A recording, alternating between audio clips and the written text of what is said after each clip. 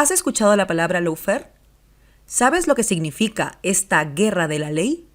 ¿Qué quiere decir que la guerra se haga por vía judicial?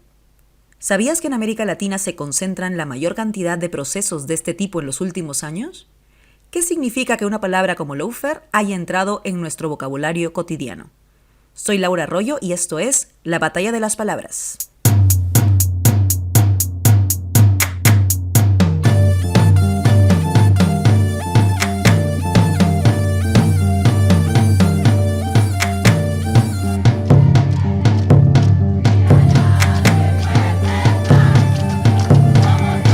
La Batalla de las Palabras.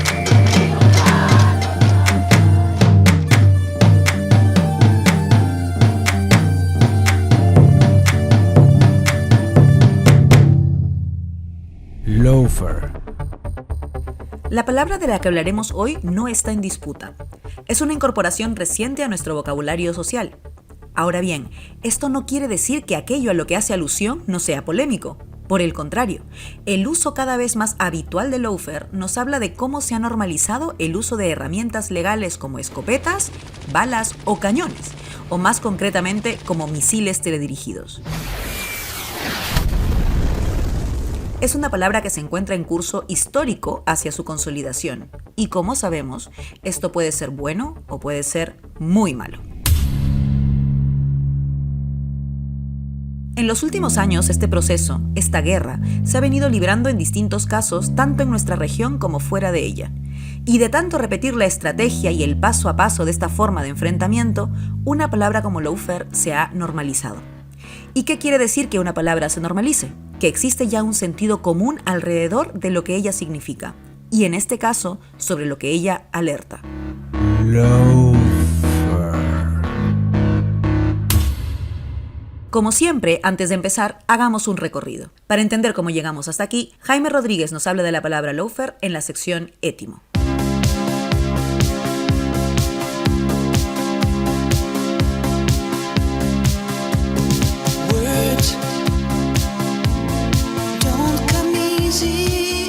Lawfare es una palabra curiosa, porque es relativamente nueva. Empezó a usarse de manera común en las últimas 2 décadas, pero describe una estrategia que existe casi desde que existe la propia ley. Es la contracción de 2 términos en inglés, law, ley, y warfare, que podríamos traducir como escenario de guerra, un tipo de guerra. En inglés, por eso se habla de psychological warfare, economic warfare, etc. Fueron unos politólogos australianos los que abreviaron en 1975 la law warfare, o guerra judicial, al famoso lawfare que conocemos ahora y está tan de moda. En muchos países de Latinoamérica, por ejemplo, se habla de lawfare para describir el acoso judicial a Lula en Brasil o a Correa en Ecuador. En Estados Unidos se habló de una guerra judicial contra Clinton o incluso contra Obama. ¿Pero de qué se trata exactamente? Bueno, originalmente se trataba de un uso objetivo de la ley para demoler posiciones políticas. El lawfare era por definición legal. Por ello, era muy difícil de defender. Pero bien dicen que echa la ley, echa la trampa. Y en muchos casos, empezó no solo a utilizarse la ley, sino a retorcerla. Así que se ha convertido en un ataque político en el que el sistema judicial se utiliza como arma. Por eso, por lo general, el lawfare suelen ejecutarlo quienes tienen algún tipo de poder, como congresos o cámaras de representantes bien avenidos con los tribunales, para hacer la guerra al ejecutivo o algún candidato o candidata que consideran una amenaza para sus intereses. Este tipo de lawfare es siempre puesto en práctica por un poder que supera muchas veces al presidencial. Y por supuesto requiere de un poder judicial permeable a la manipulación. Es decir, el Perú es el escenario ideal para llevar a cabo el lawfare. De hecho, nuestro poder judicial es tan inestable, manipulable y corruptible que el lawfare parece ser el estado natural de las cosas. Las guerras judiciales en el Perú se han dado en casi toda nuestra historia democrática. Desde los gobiernos contra los opositores rebeldes, pero sobre todo desde los congresos contra los gobiernos de turno. Y vaya que han dado pie a nuestros gobiernos para que los empapelen. Hubo guerra judicial contra García, Fujimori, Toledo, Humala, Kuczynski y Vizcarra y por supuesto la hay contra Castillo. Las famosas amenazas de vacancias presidenciales son en muchos casos las culminaciones de un lawfare en toda regla. Lo tenemos todo, ejecutivos corruptos e inútiles, congresistas corruptos e inútiles y un poder judicial corrupto y muchas veces inútil. La conclusión es lapidaria. Si el lawfare es un arma política, en manos de nuestra clase política es como un mono con metralleta.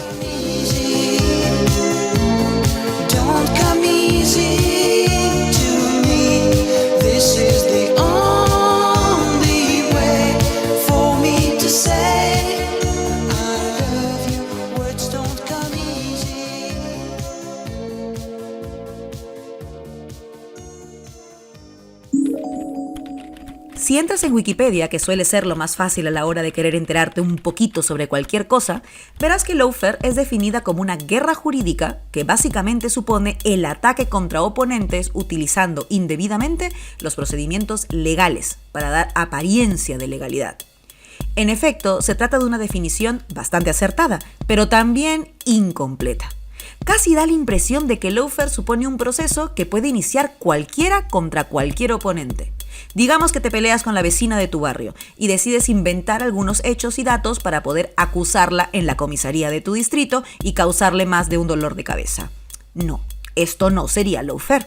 También es un delito, claro, sobre todo porque estás mintiendo y utilizando la ley para que tus mentiras generen un impacto, pero el lawfare tiene una definición bastante más específica. Conversamos con Marcelo Maisonave, abogado argentino, magíster en Derechos Humanos y director de investigaciones de la Cátedra de Pensamiento Constitucional Latinoamericano. El término lawfare entendemos que es una incorporación terminológica que, si bien viene de autores estadounidenses principalmente, vinculados a lo que fueron los tiempos de guerras preventivas en finales del siglo XX, principios de este siglo. Estamos hablando de los años 2000, 2001, jerarcas militares estadounidenses que utilizaban el término de lawfare, haciendo referencia a la continuidad de la guerra, de las batallas geopolíticas, por vía del uso de la ley. De ahí es una interpretación que ha modificado o que se ha adaptado en América Latina en los últimos 15 años. El lawfare es una reacción principalmente de los grandes centros de poder en nuestra región contra el ciclo de gobiernos progresistas que tuvo lugar en nuestra región entre el año 2000 y el año 2015. Ojo con el dato. El lawfare, señala Maisonave, es un proceso que se relaciona directamente con los grandes centros de poder y se trata de una reacción. ¿De quiénes? De los representantes e integrantes de esos centros de poder. ¿Contra quiénes? Contra quienes proponen disputar ese poder, planteando estrategias, políticas, proyectos, etcétera, que buscan revertir estos escenarios. En este caso, el lawfare vino a ser adaptado en América Latina como una guerra judicial, como una guerra multidimensional, en realidad deberíamos decir, contra este ciclo de gobiernos progresistas para empezar a limar su ascendencia, su crédito social, su legitimidad popular en distintos sectores de la sociedad, con mecanismos y operaciones que sin duda tuvo en el Poder Judicial de cada lugar una palanca clave. En ese sentido, se aprovechó que el Poder Judicial es siempre un poder de élite, es un poder contramayoritario, contrademocrático, así está constituido, obviamente, y en función de eso se aprovechó ese sistema judicial con sus zonas grises, con sus zonas que se alejan del entendimiento masivo de la sociedad, para justamente operar en contra de estos líderes, sobre todo de gobiernos populares. Si la idea es menoscabar la legitimidad de un líder político, esté o no en el gobierno, una vía útil es lo que nos cuenta Maisonave: utilizar la judicatura, pero no para hacer justicia, sino para ponerla al servicio de tu propio proyecto. Ahora bien, se supone que el sistema judicial no puede caer en estas trampas porque tiene mecanismos para evitarlas, ¿verdad? Bueno, Maisonave apunta a que el lawfare no es una estrategia donde se engaña al sistema judicial por parte de los centros de poder, sino al contrario, donde hay una complicidad de este sistema judicial con esos centros de poder. Oiga, señora ley, mire, señora ley, atienda, señora ley, señora ley, oiga, señora ley, mire, señora ley, atienda, señora ley, señora ley. En el libro Lawfare, Golpes de Estado en nombre de la ley, la politóloga Arantxa Tirado plantea que el ataque ilegítimo vía judicial contra un adversario político va un poco más allá de ese adversario político.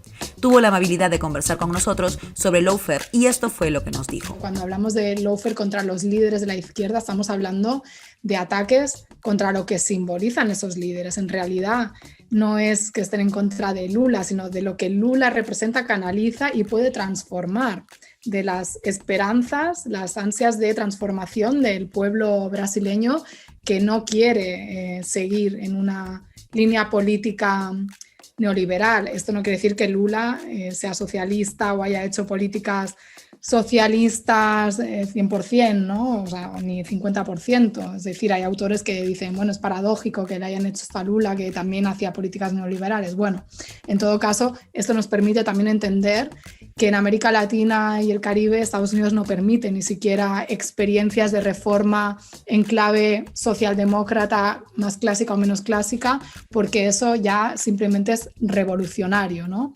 En su lógica de desafío a los intereses geopolíticos estadounidenses. Entonces, el lawfare no es una estrategia que pueda realizar cualquiera. Se trata de una estrategia desplegada por los poderes que cuentan con el sistema judicial como principal protagonista de la misma. Pero el lawfare no es solo una estrategia judicial.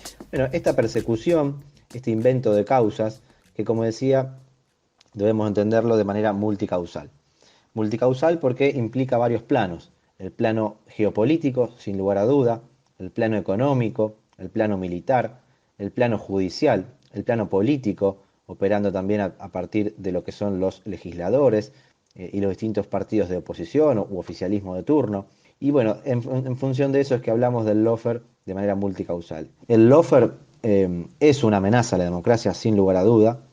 Como decíamos antes, implica un ataque multidimensional contra la democracia, que opera claramente con los medios de comunicación, aprovechando lo que son la revolución de las tecnologías de la información, la informática y las comunicaciones en general, justamente con las redes sociales, los medios hegemónicos, la instalación de posverdades. En función de eso es que se genera una conciencia o una subjetividad colonizada, como mencionan muchos autores también, que obviamente implican una erosión de la legitimidad popular, de la legitimidad política de estos liderazgos populares. Bueno, primero vamos a hablar del modus operandi. ¿Qué necesito yo para montar un caso de lawfare? Varias cosas a la vez. Primero, un aparato judicial reorganizado a mi manera, con tecnócratas vinculados a mí en espacios clave. Luego, elegir al culpable. Luego, buscar pruebas. Y aquí el orden es importante. Ojo, primero señalamos al culpable, empezamos por la condena y después ya si aparecen las pruebas y si no aparecen ya tenemos la condena. Necesitamos además una maquinaria mediática a nuestro servicio, que la prensa participe activamente en esto, porque si no, no llegaremos a ningún lado. Y ya con todo esto, solo nos queda elegir el momento perfecto para lanzarnos. Éxito asegurado. Si te pones a analizar los casos de lawfare en Brasil, Ecuador, Argentina, Bolivia y bueno, el propio caso de Podemos, verás que siempre se sigue la misma fórmula. Es como si se tratara de química. Unes varios elementos a la vez y ocurre una reacción. Oíamos a Ina Finogénova explicando paso a paso la forma en que los poderes desarrollan esta estrategia de persecución judicial contra sus adversarios. Y vemos que el poder judicial es una pata clave, pero también lo es, ojo con esto, el poder mediático. Bueno, un elemento fundamental para que triunfe el lawfare o vaya adelante es la pata mediática. O sea, es el papel imprescindible de los medios de comunicación en presentar los hechos de determinada manera, es decir, en hacer juicios paralelos frente a los líderes que son acusados por los tribunales, pero que ya antes de que haya una sentencia se les juzga en los medios, en seleccionar la información de tal manera que parece que hay un delito cuando a veces en los tribunales se demuestra que no hay delito, pero ya queda, ¿no?, esa mancha y esa mácula de sospecha y esa idea de que, bueno, si el río suena, agua lleva, ¿no? Por algo será. Entonces, no creo que el tema de los medios sea algo aparte del lawfare. Ahora bien, ¿puede haber manipulación mediática sin lawfare o guerra judicial? Sí. Entonces, en ese sentido, yo entiendo que se usa lo de Mediafare, ¿no?, para destacar esa manipulación mediática. En el episodio anterior hablamos de periodismo y una de las cosas que convenimos es que hay un falso periodismo que está antes mirando a los de arriba, a los poderosos, que cumpliendo responsablemente con su rol por informar con veracidad a todos y todas. Pues bien, el poder mediático es clave para que el lawfare se desarrolle. ¿Por qué? Porque si los medios no hacen de altavoz de esta persecución judicial, el objetivo no se cumple. ¿Cuál es el objetivo? Desprestigiar a tu adversario político. Y para eso, las portadas poco rigurosas, los titulares altisonantes, las noticias escritas en condicional y un largo etcétera son claves. Sentenciar a periodicazos antes que en los tribunales es parte del lawfare. Recuerdo, de hecho, que quien le acusa es un señor que ha tenido que dimitir por tener cuentas en Panamá. Entonces, bueno, pues confiamos, confiamos en la acción de la justicia. Pero, diputada, es verdad que la denuncia es de un enemigo político muy conocido de la magistrada, del exministro Soria, que no se caracteriza por manejar la verdad como una de sus referencias y sus códigos básicos de comportamiento. Ni la verdad ni la legalidad. Sí, pero es el Supremo el que dice que imputa o que investiga a la magistrada por 3 delitos. La nueva política debería decir, te tienes que apartar. Insisto, por eso Victoria Rosell renuncia a todo tipo de privilegios para que la acción de la justicia sea lo más normalizada posible. Por supuesto, nosotros tenemos plena confianza en Victoria Rosell, que es una jueza que ha sido caracterizada por defender los derechos humanos, por defender los derechos de las personas migrantes y el cierre de los CIES, y que precisamente por eso se ha ganado muchos enemigos políticos. Por eso y por decidir dar un paso para que en nuestro país haya un gobierno decente que respete los derechos humanos. Pero, diputada, va a ir en las listas una persona que el Supremo considera que ha cometido 3 delitos. No, el Supremo admite a trámite esto. Investiga como posibilidad que haya cometido 3 delitos. Por lo tanto, tampoco se le podría pedir a los imputados del PSOE o del PP que abandonasen las listas.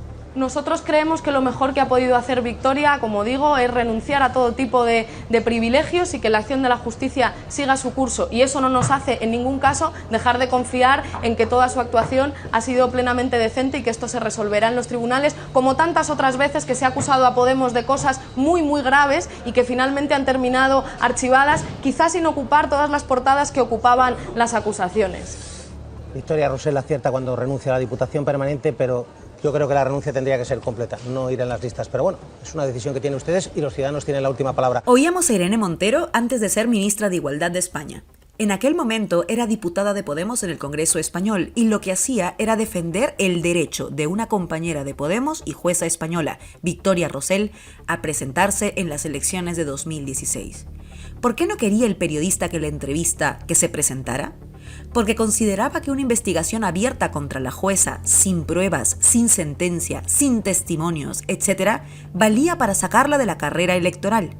Victoria Rosell no pudo presentarse a las elecciones de ese año. Y hoy, en 2022, 6 años después, el Tribunal Supremo confirmó que se violaron sus derechos fundamentales en esa campaña electoral y que las pruebas y los documentos fueron falsos. Por tanto, que ella tenía derecho a participar en la contienda. Victoria, cuéntanos qué supone ser víctima del lawfare. ¿En qué consistió mi lawfare? A ver si soy capaz de resumirlo. Cuando Podemos anuncia que se presenta por primera vez a unas elecciones generales, las del 20 de diciembre del 15, yo pido una excedencia en el juzgado de 2 meses sin sueldo para presentarme como independiente en la lista del Congreso por Las Palmas. El cabeza de lista del Partido Popular era el ministro corrupto José Manuel Soria.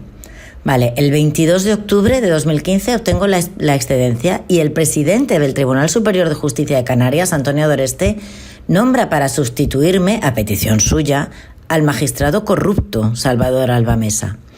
Este viene a mi juzgado y empieza a buscar algo que yo hubiera podido hacer mal para dárselo a su admirado Soria, directamente o a través de los periodistas de cabecera.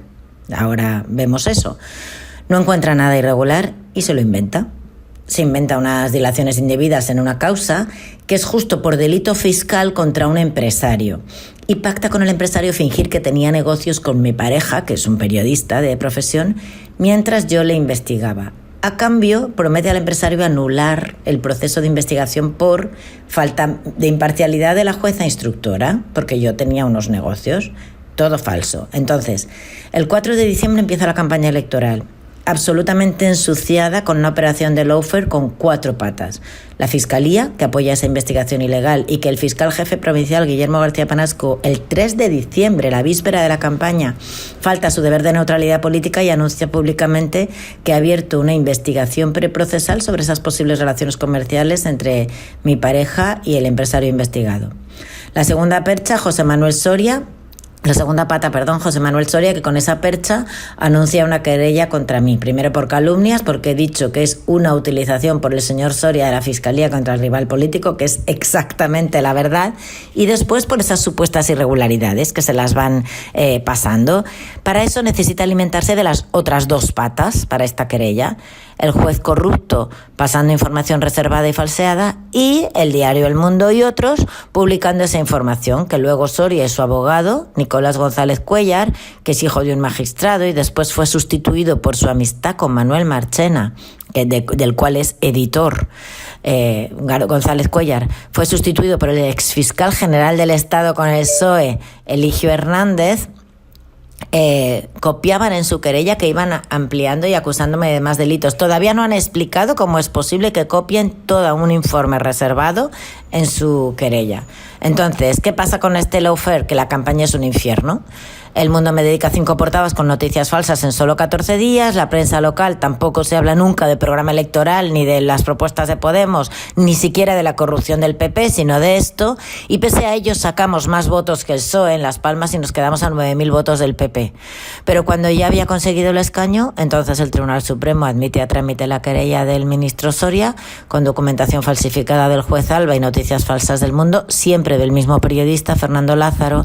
Y ya cuando se admite la querella, yo estoy pues ocupando bastantes cargos de máximo orgullo en el Congreso, Comisión Constitucional, Comisión de Justicia, Comisión Mixta con el Defensor del Pueblo. Dimito, y al renunciar al escaño y a todos mis cargos en el Congreso, incluida la Diputación Permanente, que es el órgano que se mantiene entre legislaturas, pues lo tengo que dejar todo y estoy acusada o investigada por los mismos delitos de los que yo era víctima. Al cabo de casi un año, yo consigo el sobreseimiento de la causa contra mí, un año, en diciembre del 16, y que se imputara al juez Alba. Y la sentencia después declara probado 5 años después que esos documentos falsos fueron esenciales para que la querella de Soria prosperara, para que para que él engañara al Tribunal Supremo con esos documentos falsos. Alba es condenado por cohecho, prevaricación y falsificación de documentos oficiales, pero esto es 6 años después. En noviembre del 21. El lawfare, ojo, no viene solo con una persecución judicial sin pruebas o con falsa documentación para atacar a un adversario político. Viene también con una guerra sucia librada en los medios, algo sobre lo que Victoria conoce en carne propia.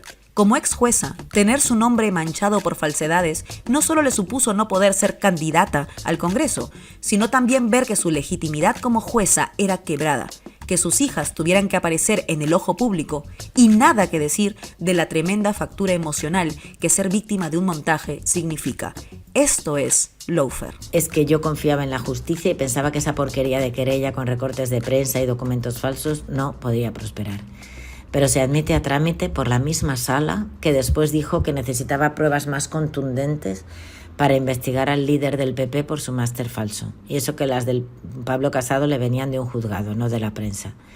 Yo me entero de la admisión de querella por la televisión. Estaba personada en el Supremo, no me dejaban intervenir, no me admitían los recursos. La indefensión era total y sin embargo a Soria le admitían todo, aunque era acción popular, sin haber prestado incluso la preceptiva fianza, como establece la ley de enjuiciamiento criminal, y como si fuera un fiscal, cuando además la Fiscalía del Tribunal Supremo se opuso 2 veces a que me admitieran esa querella tan impresentable. Entonces, ya lo he contado, un magistrado amigo me llama para decirme que aunque nada fuera cierto, me iba a investigar a mí y a mi familia, que me iban a arrastrar por el fango mediático y que me iban a intentar condenar, que ya había pasado antes y lo volverían a hacer, aunque me parecía increíble, y que lo mejor era renunciar a todo. Yo me resistía a creerlo, pero efectivamente cuando me abrieron la causa penal dimití, se me rompió el proyecto de vida que había decidido para 4 años, tuve un montón de gastos, un montón de problemas de salud, familiares, sociales, pero se rompió algo muy profundo en mí, que era la confianza en un sistema del que yo misma formaba parte. El lawfare contra Victoria Rosell se enmarca en un proceso de lawfare contra un partido político que le invitó a presentarse en sus listas electorales. Podemos, partido de la izquierda española, ha sido víctima de lawfare y sus consecuencias desde que demostró que podía disputarle al poder la opción de formar gobierno. En sus 8 años de vida, este partido político ha sido víctima de más de 15 querellas judiciales. Todas han sido archivadas y desestimadas, pero han ocupado horas y horas de debate televisivo, radial y escrito durante años, solo para restar legitimidad a este partido y sus portavoces.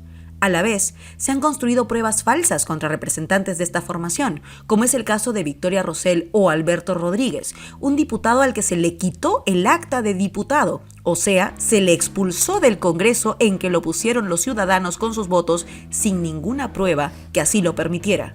Además, se ha condenado, por ejemplo, a Isabel Serra, portavoz del partido, por detener junto con otros ciudadanos y ciudadanas el desalojo de una familia de su casa, pues los hubiera puesto en las calles sin alternativa habitacional. Y todo esto sin mencionar la orquesta de acoso político contra líderes de Podemos como Irene Montero o Pablo Iglesias, quienes, por ejemplo, vivieron acosos fascistas durante 11 meses en la puerta de la casa en que habitan con sus 3 hijos menores de edad. Acoso que ni la policía, ni la Guardia Civil, ni el gobierno detuvo, y que durante casi un año hostigó a estos personajes solo por pensar como personas de izquierdas y ser víctimas del lawfare y el mediafare de los poderes españoles. Cuando le ponemos rostro a estas estrategias tan peligrosas, es mucho más útil para entender la magnitud de estas perversiones. Hemos oído la historia de Victoria Rosell, pero el lawfare no está tan lejos como para necesitar cruzar un océano hasta España. Mira el país que tienes cerca. Hablemos de Brasil. Lula da Silva ya está en prisión. Tras unas últimas horas muy convulsas, el expresidente de Brasil se entregó a la policía para ser llevado a la cárcel de Curitiba, donde deberá cumplir una pena de 12 años de prisión. En el exterior de la cárcel, algunos manifestantes celebraban el momento, respaldando así la decisión del juez Sergio Moro, que halló al exmandatario culpable por corrupción. Una imagen muy diferente a la vivida por Lula a la salida del sindicato, donde estuvo recluido 2 días y donde fue despedido por una multitud de simpatizantes tras entregarse a la policía. Desde el PT, su partido ya ha anunciado que esto no ha hecho más que empezar y ha prometido manifestaciones y acampadas en Brasilia y Curitiba hasta lograr la puesta en libertad de su líder. En Brasil, se condenó a Lula da Silva, expresidente y actual candidato a la presidencia contra el ultraderechista Jair Bolsonaro, a 9 años de prisión por presunta participación en casos de corrupción. Esto ocurrió en plena campaña electoral brasileña y pese a estar en la cárcel, Lula da Silva siguió liderando todas las encuestas electorales. Es en ese contexto que el juez Sergio Moro lo inhabilita y le impide participar en los comicios presidenciales de 2018. Lula pasó 580 días en la cárcel. Repito, 580 días en la cárcel, además de no poder participar en las elecciones de ese año. 3 años después, en 2021, el Supremo Tribunal Federal anuló todas las condenas y confirmó que se violó el derecho del expresidente a ser juzgado por un tribunal imparcial, que se vulneró su derecho a la privacidad y se vulneraron sus derechos políticos. 580 días de prisión, impedimento de participación electoral por un juez que fue nombrado nada más y nada menos que ministro de Justicia durante el gobierno de Jair Bolsonaro. Curiosamente, el más beneficiado de tener a Lula da Silva fuera de carrera. Hoy es usted el que manda, lo dijo, está dicho, es sin discusión, no. Toda mi gente hoy anda hablando bajito, mirando el rincón. Vio usted que inventó ese estado, que inventó el inventar toda la oscuridad. Usted que inventó el pecado, olvidóse de inventar el perdón. A pesar de usted, mañana de ser otro día. Yo quisiera saber dónde se va a esconder esa enorme alegría. Conviene recordar lo que contaba Ina Finogénova como uno de los ingredientes claves para que el lawfare funcione. Poder judicial a tu servicio, poderes mediáticos que hagan de altavoz y sentencien en las portadas antes que la sentencia llegue a los tribunales y elegir el momento perfecto. El momento perfecto para lanzarnos. Éxito asegurado. El momento perfecto en Brasil y en España fue el mismo, en plena contienda electoral para impedir que estos adversarios puedan participar en la contienda. Cualquiera que ha llegado hasta aquí se da cuenta de que esta persecución es completamente antidemocrática e ilegal. Esto no quiere decir que no se debe investigar a quienes ostentan puestos de representación política o buscan alcanzar esos cargos en unos comicios electorales. Investigar la corrupción no solo es positivo, es un deber de cualquier sistema judicial, de medios de comunicación responsables en su fiscalización rigurosa y de una ciudadanía democrática. Lo que no es responsable es utilizar la lucha contra la corrupción como una excusa para librarte de un adversario político, valiéndose de artimañas judiciales que anulan el debido proceso, los tiempos de una investigación seria, el respeto a una sentencia que debe llegar después de una investigación y no ser el punto de partida, y el cuidado de la independencia del sistema judicial de los antojos e intereses del poder político. Decíamos que el momento perfecto en que se aplica el lawfare es coincidente en los casos brasileño y español, por citar dos. Pero eso no es lo único que ambos tienen en común. ¿Ves otra similitud? Aquí una pista.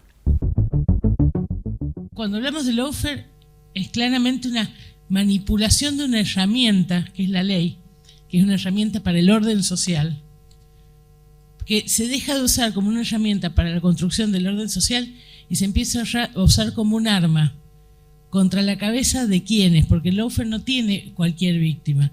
El lawfare tiene víctimas determinadas, que son determinados colectivos que se estigmatizan.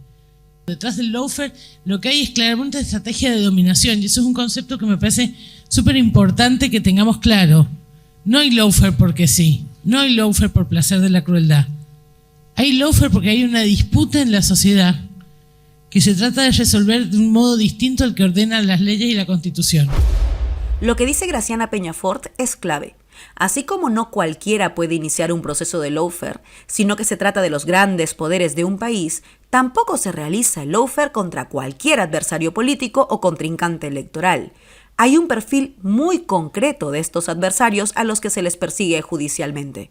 Ya lo anticipaba Maisonave al hablar de lawfare como reacción a la ola de gobiernos progresistas en América Latina, que curiosamente y con sus matices planteaban modelos distintos a los que siempre habían gobernado. Planteaban cambios y defendían ciertas transformaciones. Bueno, en primer lugar, esto que refiere sobre la neutralidad del uso del lawfare apelando a la ley, que sería como algo que está por encima de cualquier tipo de conflicto ideológico, ¿no? Como esa norma máxima que concita el consenso de todos, pues es una manera también de ocultar que detrás de la ley hay ideología, obviamente, ¿no? Que la ley es una cristalización de una correlación de fuerzas en una sociedad en un momento histórico determinado y que puede cambiar, ¿no? Lo que en una sociedad es ley prácticamente incontestable, pues en otras sociedades es diferente. Entonces, esto por un lado. Por el otro lado, yo creo que el lawfare no se puede entender sin contextualizarlo en un marco como es el capitalista, donde se produce obviamente ese papel de las élites y la contestación al poder hegemónico de las élites, es decir, donde sigue existiendo la lucha de clases. Y a mí me parece relevante, y esta es mi apuesta en el libro, destacar que el lawfare como tal no surge de la nada, no surge, dijéramos, en una manera aséptica y demás, sino que tiene un origen que da muchas pistas sobre qué es esta herramienta, ¿no? de subversión, por decirlo de alguna manera, subversión en el peor sentido del término. Tiene un origen militar y podríamos entender, al menos mi definición, que el lawfare es una táctica de guerra. Algunos autores hablan de que es una herramienta de la contrainsurgencia del siglo XXI, que se inserta esta táctica en una estrategia bélica más amplia, multifactorial, es decir, compuesta de diferentes elementos, como pudiera ser lo que se ha teorizado en los últimos tiempos dentro del ámbito militar, las guerras híbridas o la guerra híbrida, donde la ley viene usada, la ley, pero no solo, pero principalmente la ley, viene usada para neutralizar o eliminar a un enemigo político que generalmente suele coincidir con líderes de la izquierda. En efecto, América Latina es una región en la que el lawfare ha sido muy utilizado. Hemos hablado de Lula da Silva, pero podríamos también hablar de Bolivia y Evo Morales, de Ecuador y Rafael Correa, o por ejemplo, de lo que está ocurriendo hoy en Argentina con Cristina Kirchner. ¿Por qué en América Latina hay tantos casos de lawfare? ¿Qué nos hace tan lamentablemente especiales?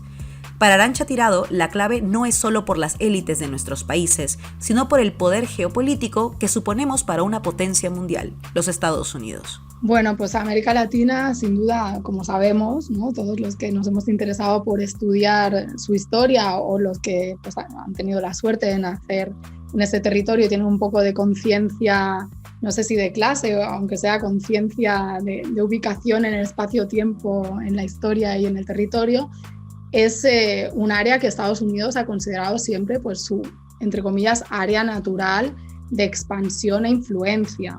Ya desde el siglo XIX con la doctrina Monroe, esta idea que no es de Monroe, ¿no? Pero bueno, de América para los americanos, y que luego se amplía con este corolario Roosevelt a principios del siglo XX, que es algo que abre ya la puerta a la injerencia directa de Estados Unidos en los asuntos internos de los países latinoamericano-caribeños. Entonces, esta premisa de política exterior estadounidense pues da carta blanca a permitir que desde la perspectiva del interés nacional estadounidense pues cualquier cosa que suceda en cualquier país de América Latina suponga incluso una amenaza, una cuestión puede ser de política interna o una amenaza para sus intereses de seguridad, ¿no? Recordemos la doctrina Obama cuando estableció que Venezuela era una amenaza inusual y no me acuerdo ahora el otro calificativo, contra los intereses estadounidenses, ¿no? Solo por el simple hecho de existir y por tener un gobierno que no era del agrado de Estados Unidos.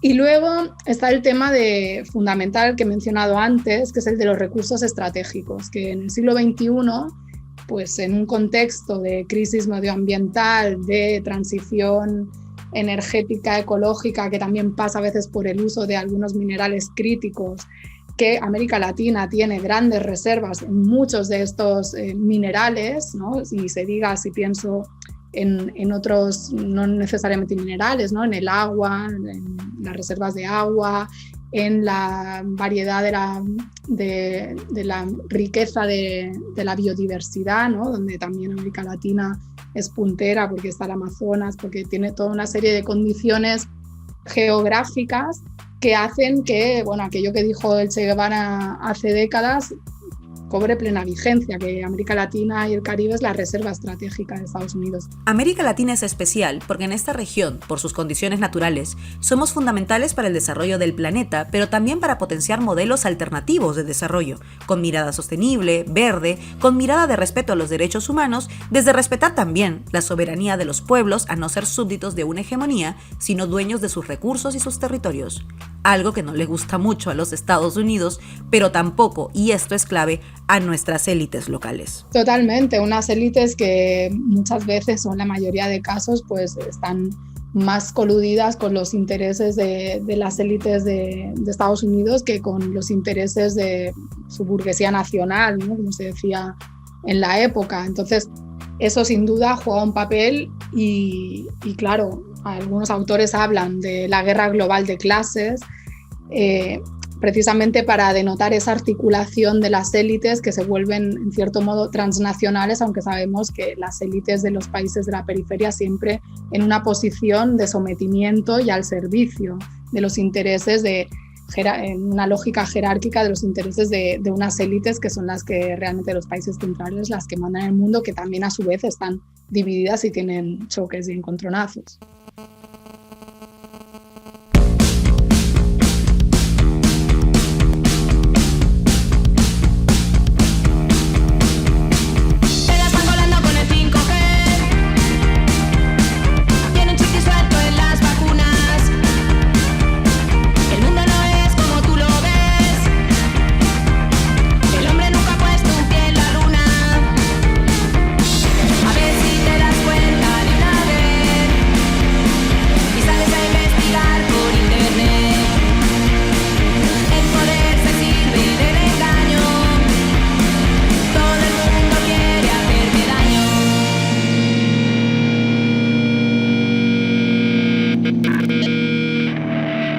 Mencionamos el caso argentino, ya que hace algunas semanas las consecuencias de este dieron la vuelta al mundo.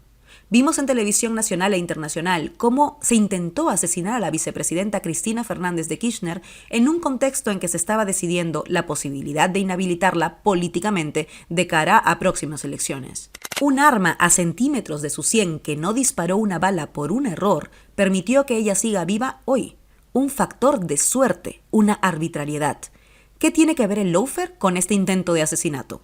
Cuando pusieron directamente un arma en la cabeza, en la esquina de su casa, cuando estaba recibiendo el apoyo de miles de manifestantes, en el medio de los alegatos finales de la causa Vialidad, acusada por los fiscales Luciani y Mola, en esos procesos de lawfare que hemos mencionado recién.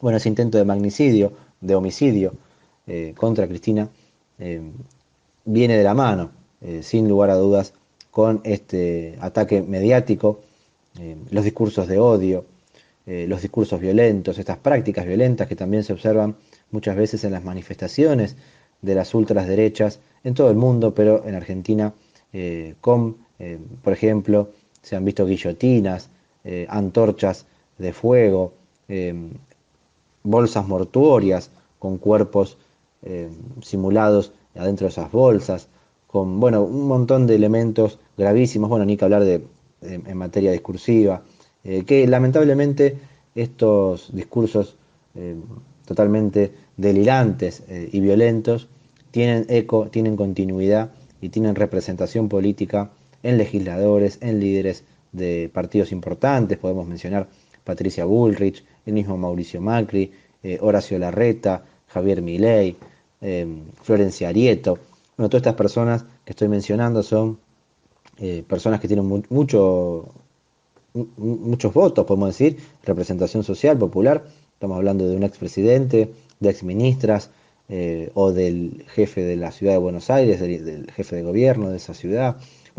Estas personas que hoy encuentran, como pasa, decía recién, en muchos lugares del mundo, con discursos muy violentos, antidemocráticos claramente, anticonstitucionales, discursos de ultraderechas que ven el enemigo en las personas diferentes, por ejemplo, en los migrantes, en los pobres claramente, en los militantes políticos, en los sindicatos, en los docentes. Este discurso que intenta encontrar en compañeros, compañeras de nuestra sociedad, el enemigo a eliminar directamente de distintas maneras.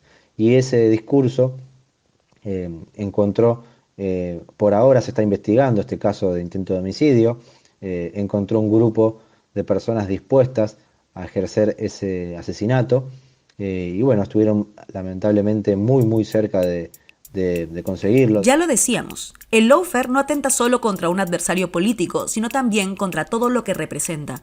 Pero además, al partir de una sentencia preconcebida y al juzgar en portadas lo que no se juzga en los tribunales, fomenta un clima de animadversión muchas veces injusta que supone una guerra no solo judicial, sino mediática, política y social. Una guerra sucia desde muchos frentes que asusa e incentiva discursos de odio, propagación de mentiras y, en suma, pone leña al fuego de la crispación en un país. La consecuencia, que un día cualquiera, una persona que se siente legitimada por sus medios, sus políticos y sus poderes, empuñe un arma. El rol de los medios de comunicación es determinante en el lawfare o en el mediafare, como se quiera mencionarlo. Medios de comunicación que aprovechan su masividad, su nivel hegemónico, su concentración. Decíamos antes que durante el gobierno de Cristina lo que marcó un parteaguas fue ese conflicto con las patronales agropecuarias y la respuesta que tuvo Cristina en impulsar la ley de servicios de medios de comunicación audiovisual, por el cual intentaba desconcentrar el espectro mediático, televisivo y radial, fundamentalmente. A partir de ahí, esos medios de comunicación forman parte principal e incluso construyen agenda y construyen discurso a nivel político por encima de los partidos y por encima de las referencias personales que mencioné recién, y sí, sin duda que generan juzgamientos mediáticos, linchamientos mediáticos, desvirtúan pruebas, operan, por ejemplo, con las escuchas ilegales que permanentemente aparecen en medios de comunicación. Sabemos que eso es una violación flagrante al debido proceso, no solamente que existan escuchas ilegales, sino mucho más que un medio de comunicación las difunda. Todo eso a lo cual nos estamos acostumbrando, estas vulneraciones graves a la democracia, con también la participación de los servicios de inteligencia. No nos olvidemos, en Argentina, esto también es muy importante destacarlo, los servicios de inteligencia. Todo eso no se puede separar de ninguna manera. Como decía recién, se está investigando, se están encontrando lentamente, porque la investigación judicial va muy lenta, lamentablemente. Es el mismo sistema judicial que construye el lawfare contra Cristina el que tiene que investigar este caso. Imaginemos la voluntad que puede haber en ese sentido. O sea, vos decís que unos medios le echamos a otros. Sí, claro. Los medios de comunicación, La Nación, Clarín, Infobae, Perfil, La Nación Más, todos esos canales que donde pertenece Héctor Mañeto, sos culpable. ¿Y echamos a quién? Odiador del odio. Y firmame a mí, Héctor Mañeto se llama. ¿Y a quién echamos?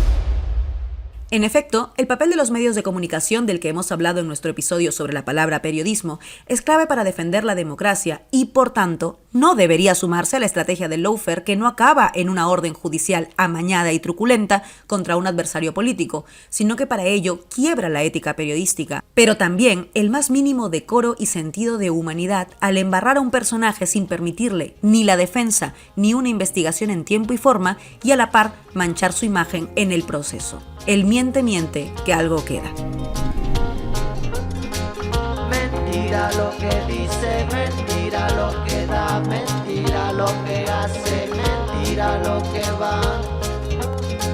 La mentira, mentira la mentira, mentira la verdad, mentira lo que cuece bajo la oscuridad.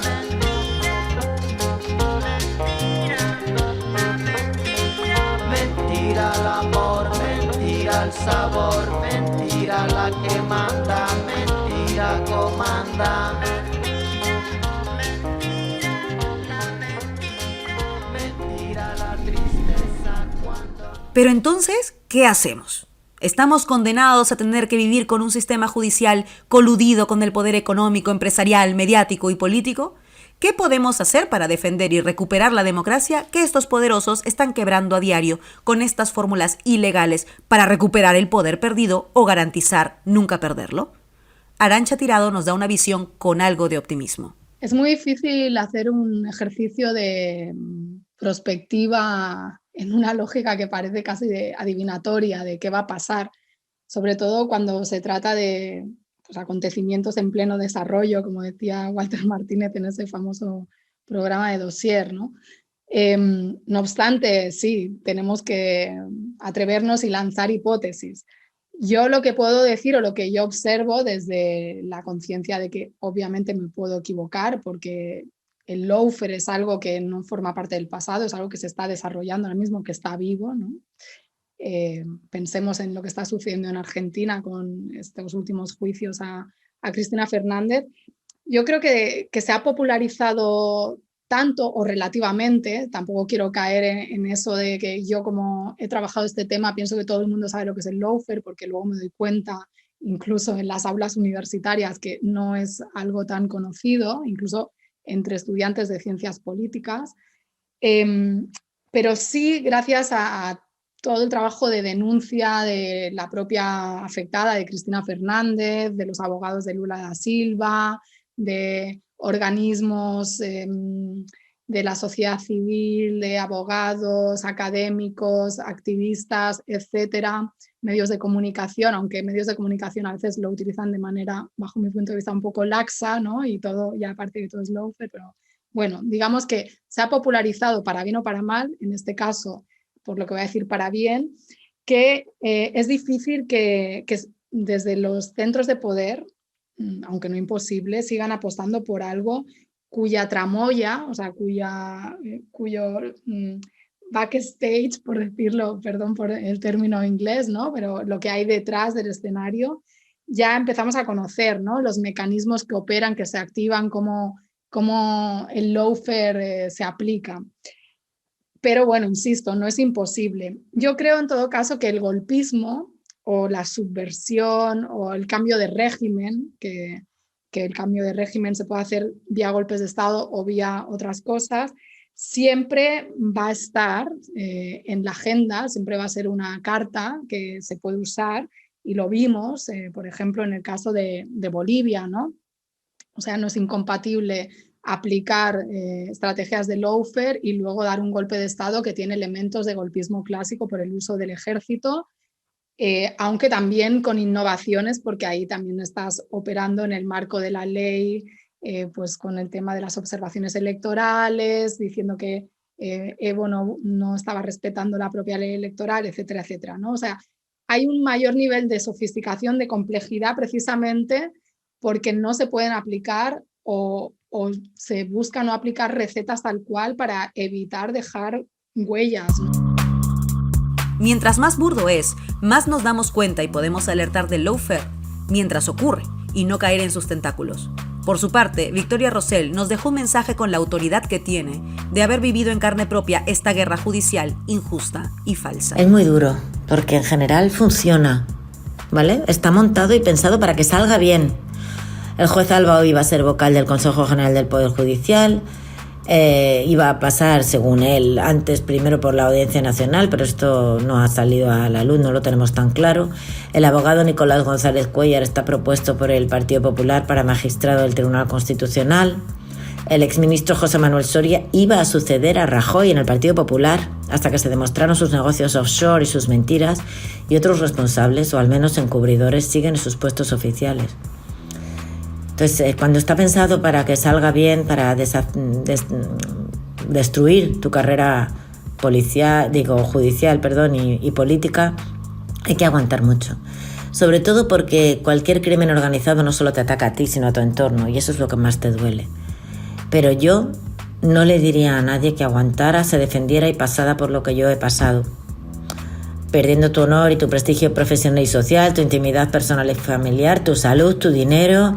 No, esto sería un consejo de liberalismo o de ultraliberalismo. Hay que ofrecer a la gente de izquierdas una defensa jurídica con visión estratégica, de calidad, con medios para afrontar los casos de lawfare como lo que son: un ataque al sistema democrático y a los derechos y libertades de todos y todas, no solo de la persona afectada.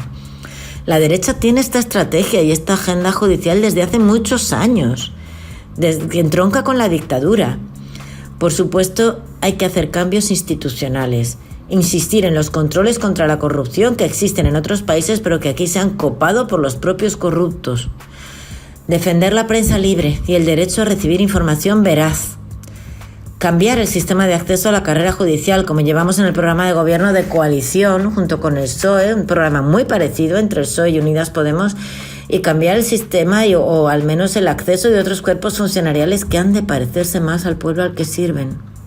Pero debemos luchar conscientes del problema colectivo que es, no individualizando a las víctimas ni a los agresores.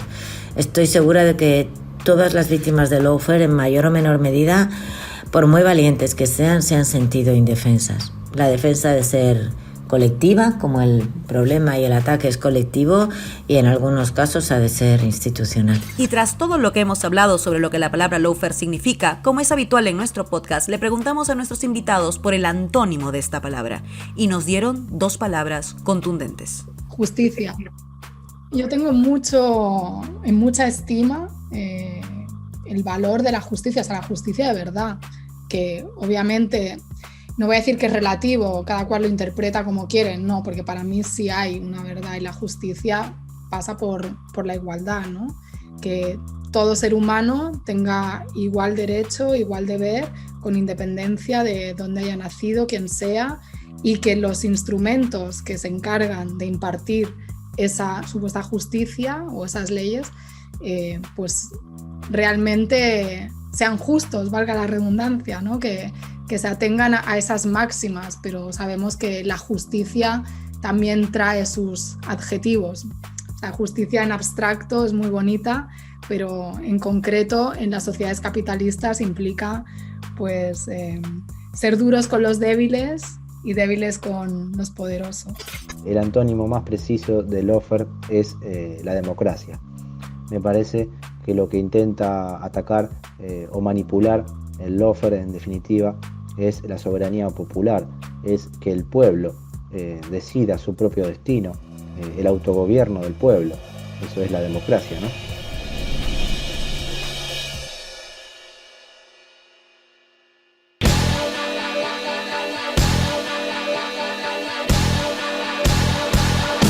Esas son puras mentiras. Esa noche yo no andaba allí. Debes estar confundida. O había un tipo igualito a mí. Esas son Justicia y democracia. Dos palabras que nos hablan del riesgo que supone el lawfare y su normalización disfrazada de lucha contra la corrupción. El lawfare se camufla como legalidad, pero es una estrategia de guerra política contra adversarios que tienen algo en común. Plantean cambios a los sistemas y modelos que privilegian a una élite minoritaria que reacciona con esta persecución judicial, mediática, económica y política. Piensa en tu país. Piensa, por ejemplo, en el Perú. Y tras escuchar este episodio, saca tus propias conclusiones. La Batalla de las Palabras es un podcast producido por Nuestra América TV con el apoyo de Latindad y Otra Mirada. En la producción ejecutiva está Carlos Bedoya, en el sonido, Fernando Echevarría, en la coordinación, Omar Olivares y en las redes sociales, Cristian Peralta. En la producción, Jaime Rodríguez. Yo soy Laura Arroyo y nos escuchamos la próxima semana para seguir buscando la palabra justa.